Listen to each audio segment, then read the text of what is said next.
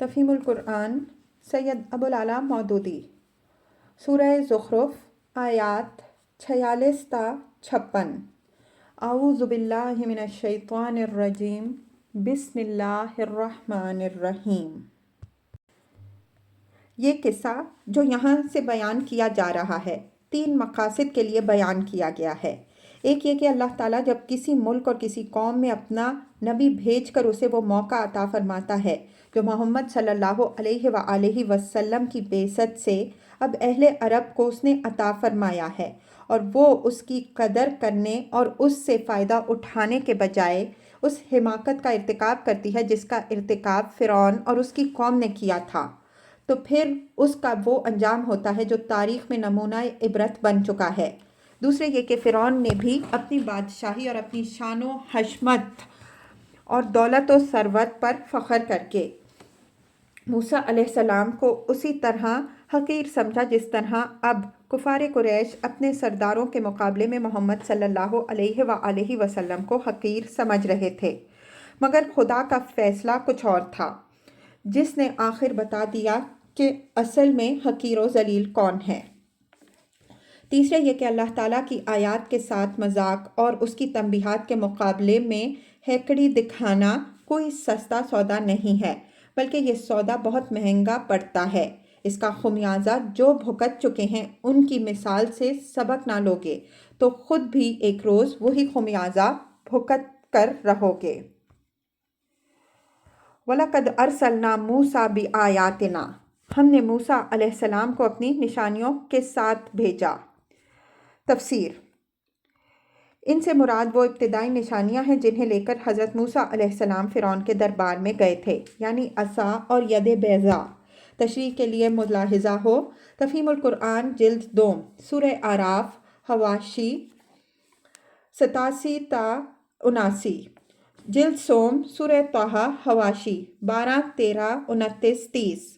سورہ شعراء حواشی 26 تا 29، سورہ نمل حاشیہ 16، سورہ قصص حواشی 44 تا 45۔ اِلیٰ فرعون وملئہ، فرعون اور اس کے اعیان سلطنت کے پاس۔ فقال انی رسول رب العالمین، اور اس نے جا کر کہا کہ میں رب العالمین کا رسول ہوں۔ فلما جاءہم بآیاتنا، پھر جب اس نے ہماری نشانیاں ان کے سامنے پیش کیں، اذا ہم منہا یضحکون، تو وہ ٹھٹھے مارنے لگے۔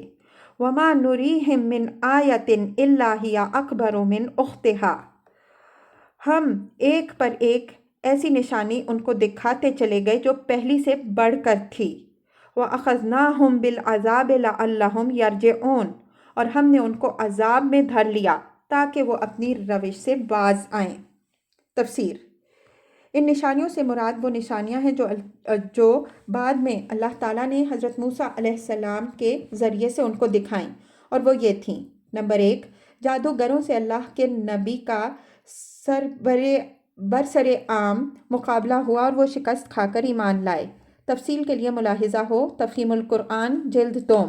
سورہ اعراف حواشی 88 تا 92،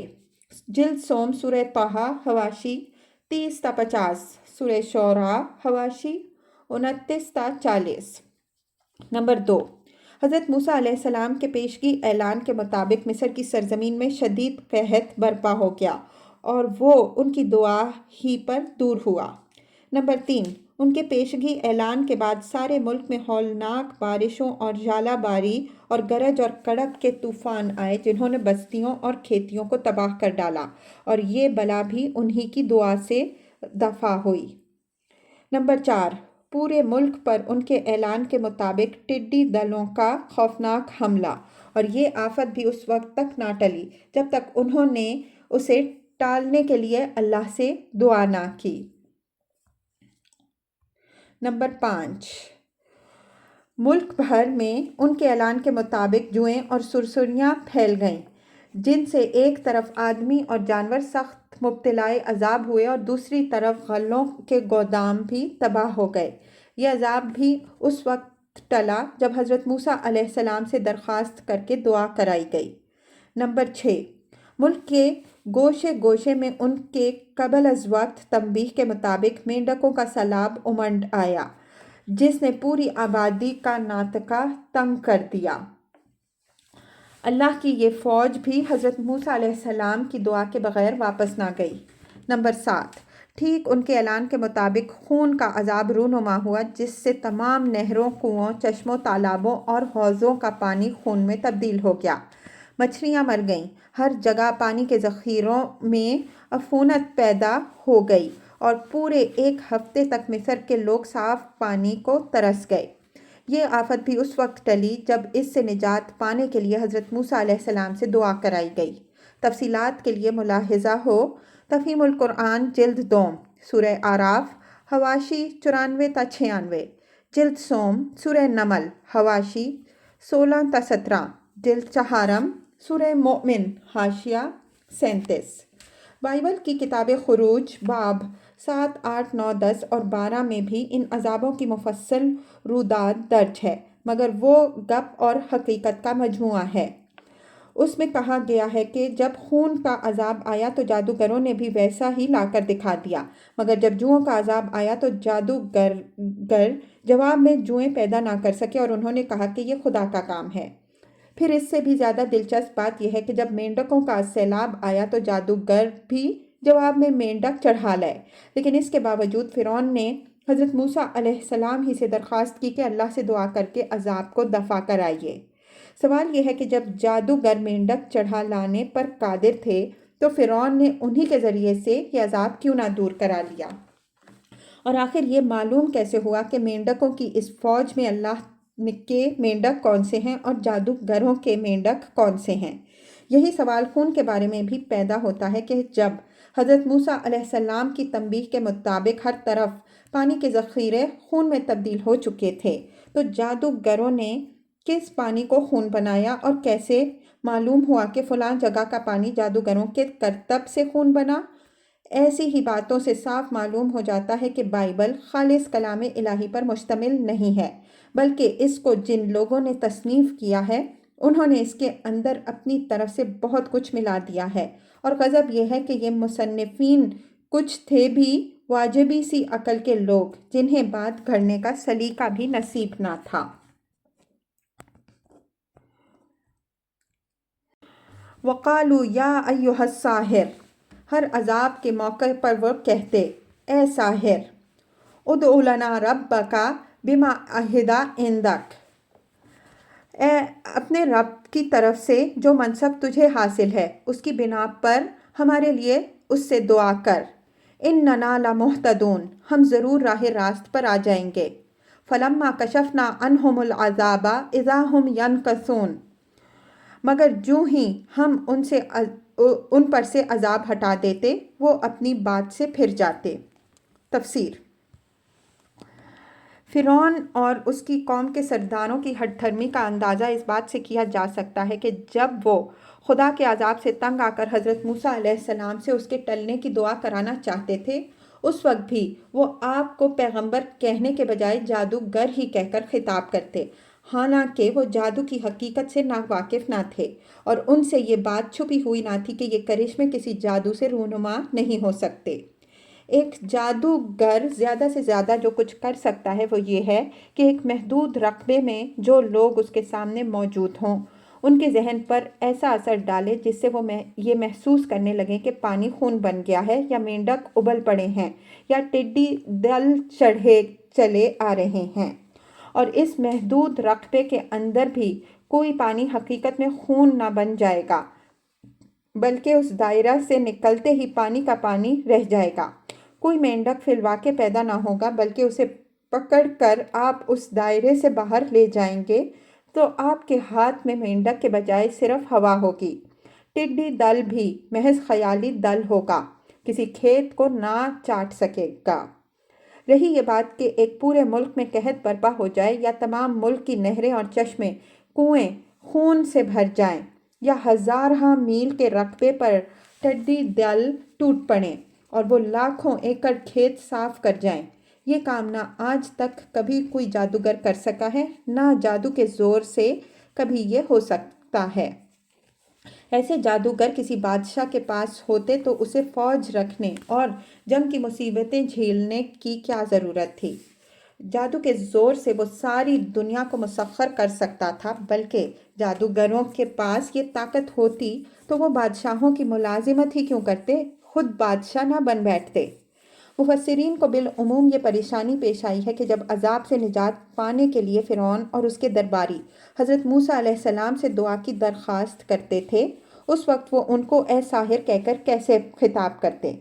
مصیبت کے وقت مدد کی التجا کرنے والا تو خوشامد کرتا ہے، نہ کہ مذمت۔ اسی وجہ سے انہوں نے یہ تعویل کی ہے کہ جادو اس زمانے کے اہل مصر کے نزدیک بڑا باوقت علم تھا، اور اے ساحر کہہ کر دراصل وہ حضرت موسیٰ علیہ السلام کی مذمت نہ کرتے تھے، بلکہ اپنے نزدیک عزت کے ساتھ وہ گویا ان کو اے عالم کہہ کر پکارتے تھے۔ لیکن یہ تعویل اس بنا پر غلط ہے کہ قرآن میں دوسرے مقامات پر جہاں جہاں بھی فرعون کے وہ اقوال نقل کیے گئے ہیں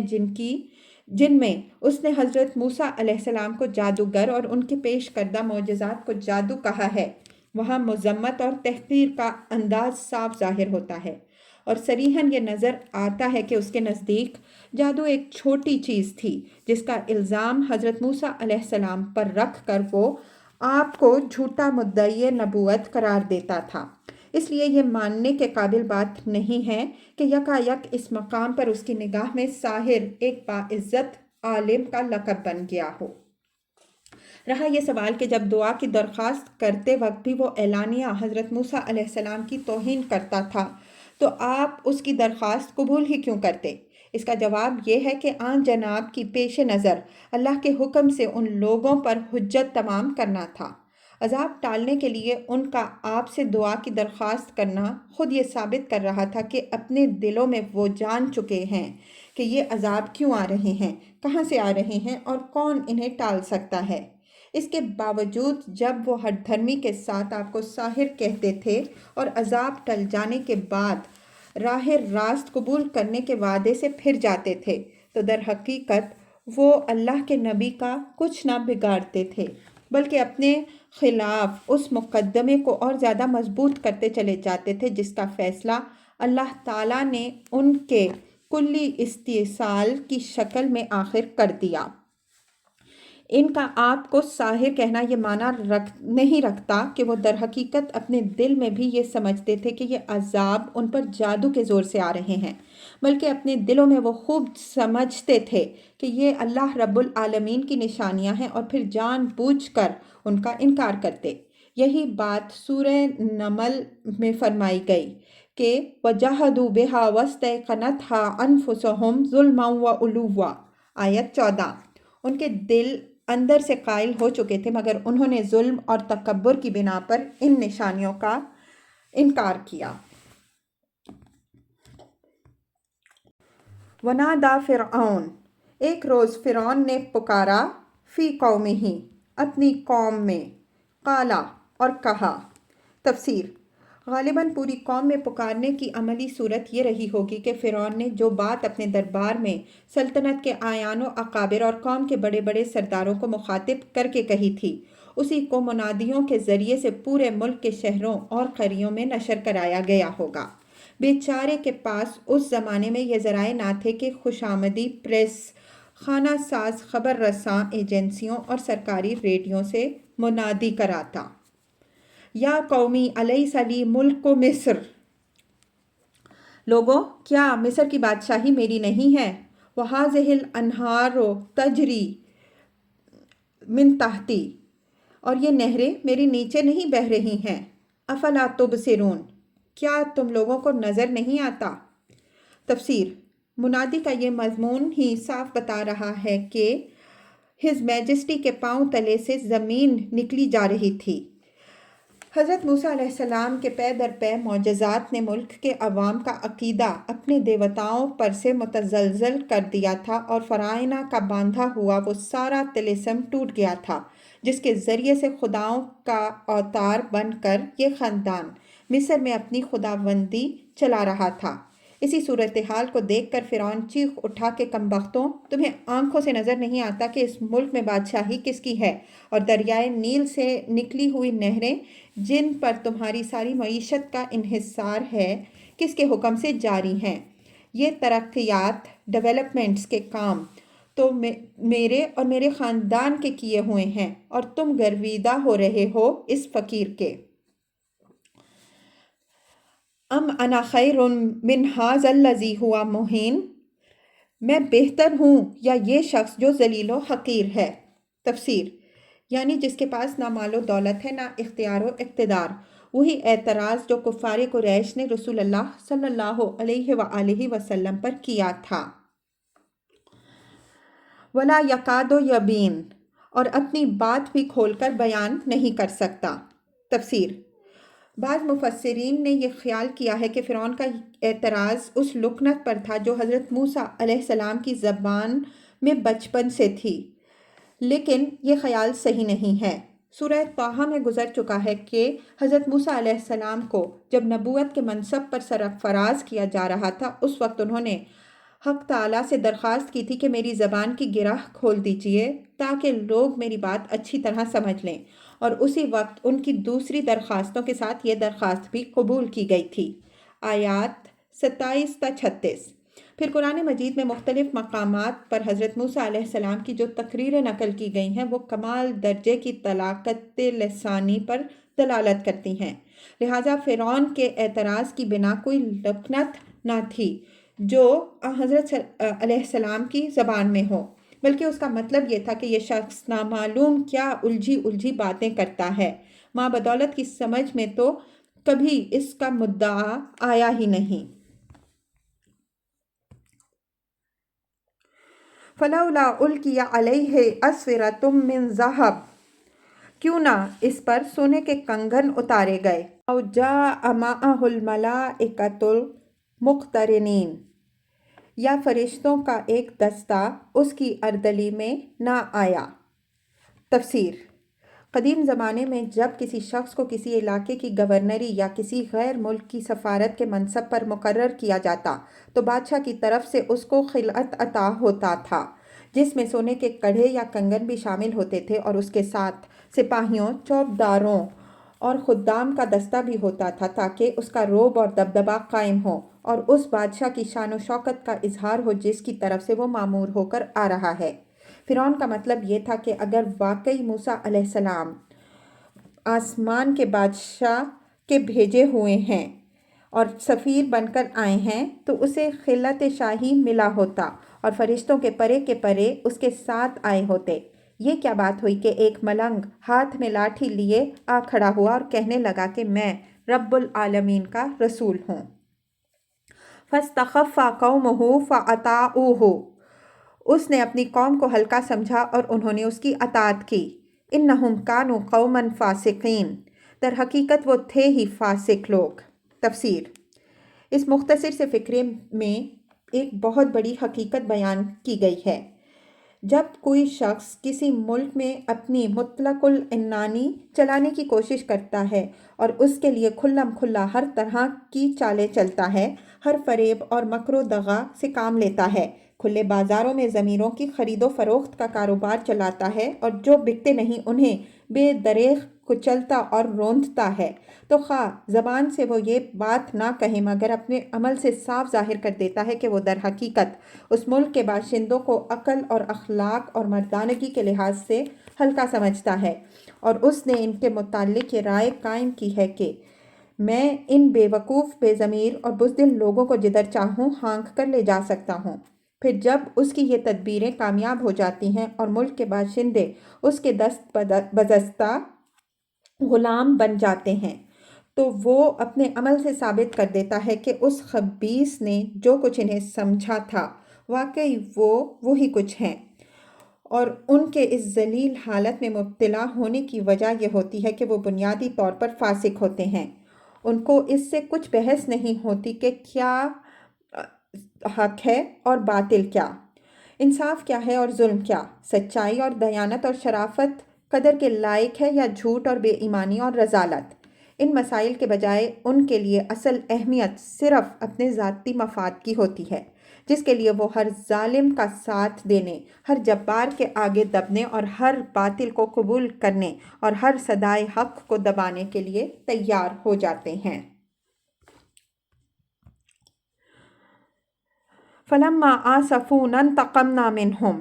آخر کار جب انہوں نے ہمیں غضبناک کر دیا تو ہم نے ان سے انتقام لیا۔ فَأَغْرَقْنَاهُمْ أَجْمَعِينَ، اور ان کو اکٹھا غرق کر دیا۔ فَجَعَلْنَاهُمْ سَلَفًا وَمَثَلًا لِلْآخِرِينَ، اور بعد والوں کے لیے پیش رو اور نمونہ عبرت بنا کر رکھ دیا۔ تفسیر: یعنی جو ان کے انجام سے سبق نہ لیں اور انہی کی روش پر چلیں، ان کے لیے وہ پیش رو ہے، اور جو سبق لینے والے ہیں ان کے لیے نمونہ عبرت۔